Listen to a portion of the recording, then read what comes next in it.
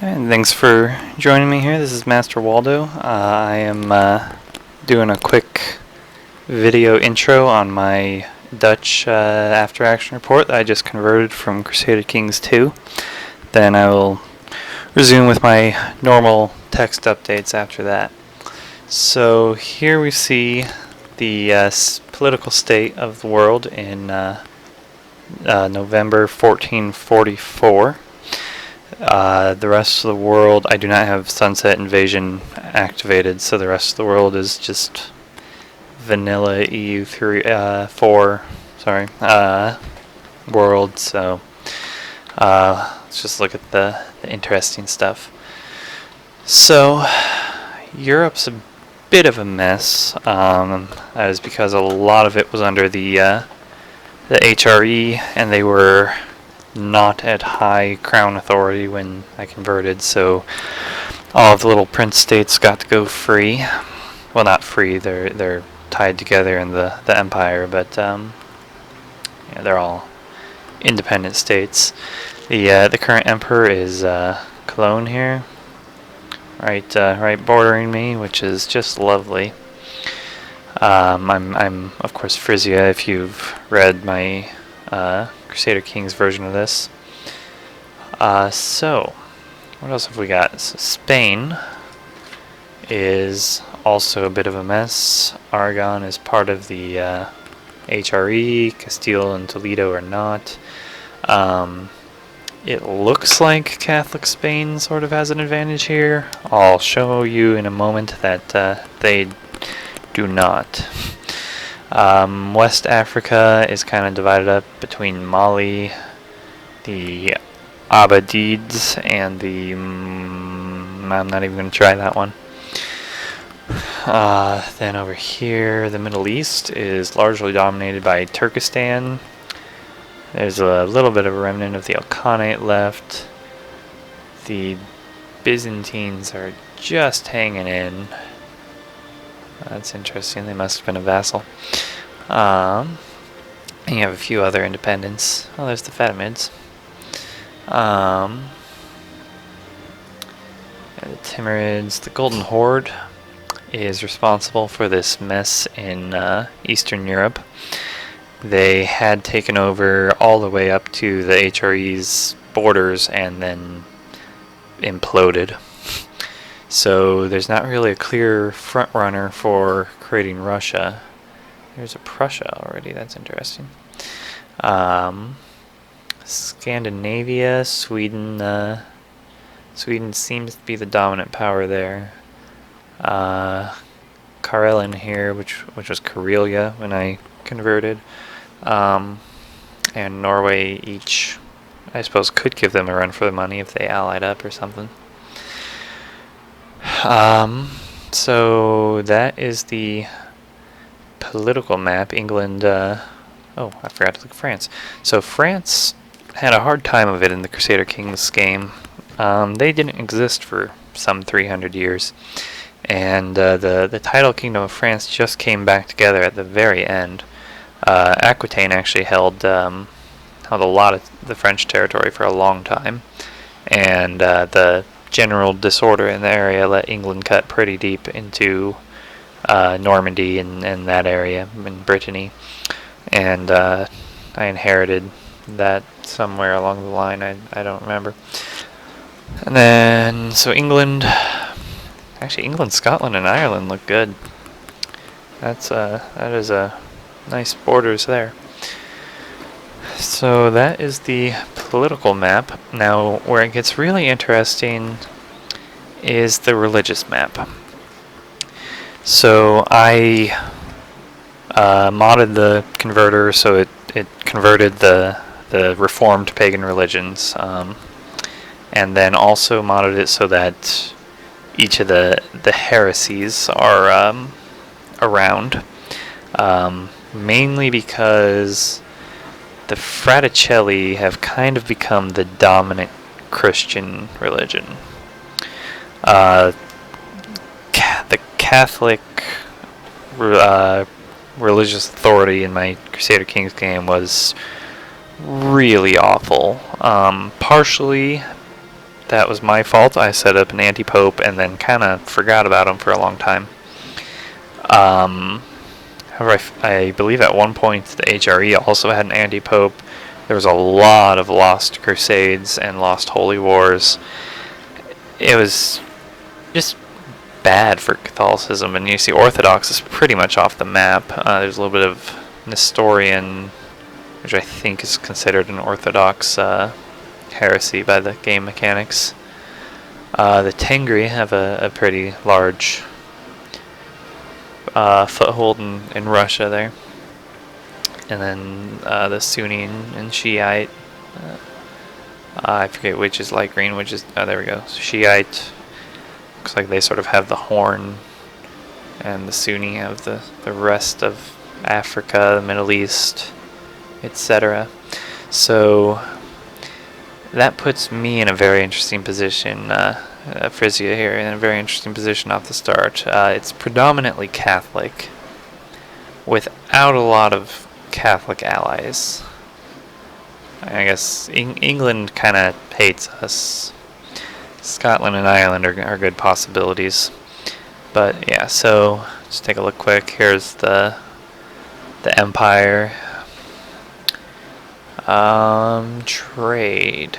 So one of my goals in the game is to become a dominant trade power. And I'm definitely off to a good start. I sort of wound up owning the entire coast of the Antwerp trade zone. I had a good chunk of it. And of course Antwerp and Holland. And so like basically each of these coastal provinces is almost worth 2 trade power.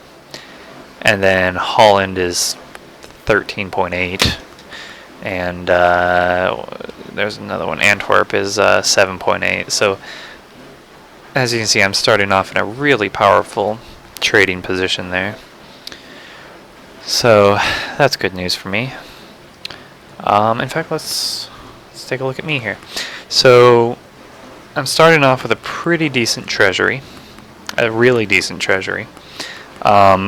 By the end of the Crusader Kings game, in the last 40 years or so, I basically didn't spend any gold, so I wound up being in the top 8 richest realms there.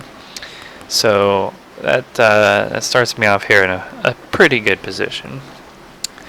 Got about 18,000, 17,000 active men for my military, maximum 28,000. That sounds like good numbers to me. I haven't really played around enough to know if that's a lot or not. Neutral stability, very good prestige, good legitimacy. Oh, an extra diplomat.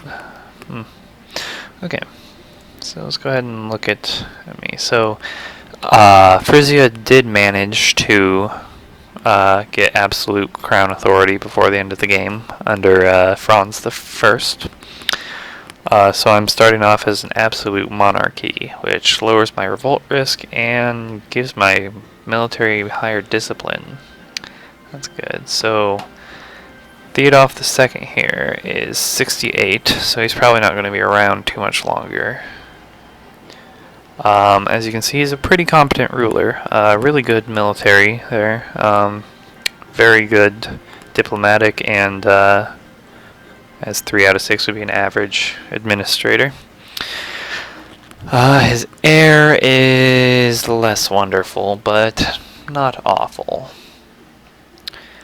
At least he's not, the 000 that vanilla England starts with.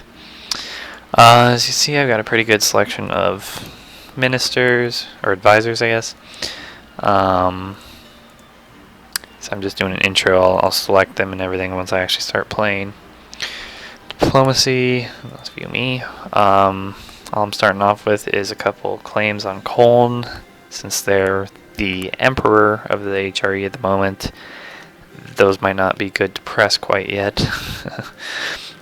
I'm not really sure where to go diplomatically. I know France and England hate me. Aquitaine hates me. Bavaria hates me. Lothringen, everyone seems to hate me. Well, all of Germany does, of course, because they're Fraticelli. I think my best bets are going to be Castile, Ireland, maybe Scotland, Norway. As we'll find out. Economy, starting off, pretty good taxation, pretty good trade, pretty good production.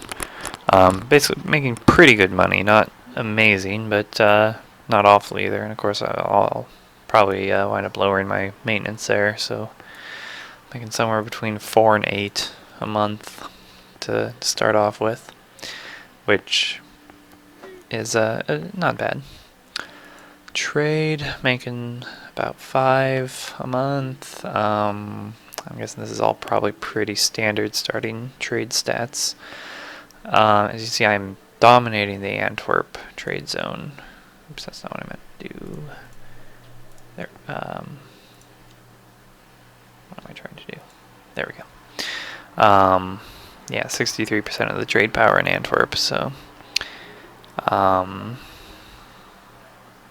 that is definitely my trade zone.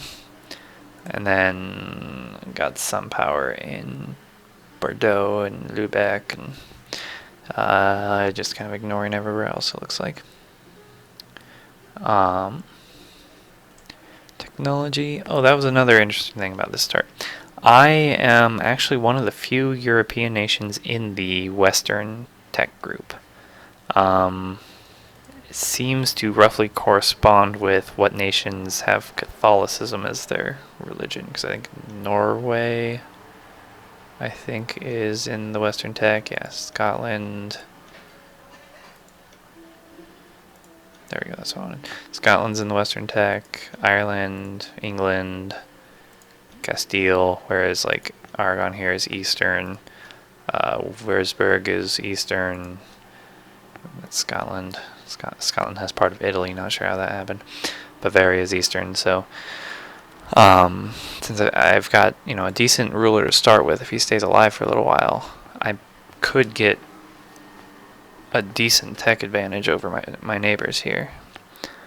Well, he's 68, so that's probably not going to happen, but yeah, so I'll have to watch that. Ideas, I'm just starting off with the default national ideas because the converter doesn't really recognize Frisia. There might be a way I can mod it where I get the Dutch ideals, but over here, when I hit admin tech level 10, I'll have the option to create the Dutch nation, and then I believe I'll get the new traditions and ambitions, so I'll just wait for that. My missions seem to change each time I load up the game, since I haven't created a save yet, so I'll pick those when I actually start playing. Nothing interesting here. Religion. So I could become Defender of the Faith. I'm not sure if I can go into because of that. I want that tech bonus over my neighbors there. I start off with a little corridor here. Brabant, Hainaut, Ghent, and Rethel that are various heresies. Kind of ignore the little pictures there. I did kind of a hack job with the modding those over. I do start off with 2 active cardinals. So there's the possibility we could see a Dutch Pope next time, which could be fun. Wouldn't be the first time if you go read my Crusader Kings report. And then finally, army. Started off with a army of 26. Don't really know how that stacks up to my neighbors. Obviously, Colin here is a fairly good size one. Maximum 35, so I could build up my army a bit. 34 out of 45 for Navy, could build that up a bit. Good discipline here because of the absolute monarchy. Defensiveness. Yeah, so that's it for my overview here. I'm going to start playing before too long, and we'll go back to my updates, probably in the style of what I did for the Crusader Kings updates. And we'll see how that goes. I haven't played a lot of EU4 yet, so I may completely blow it. Or maybe not. We'll find out. Thanks for watching, and be sure to read the after action report. Bye.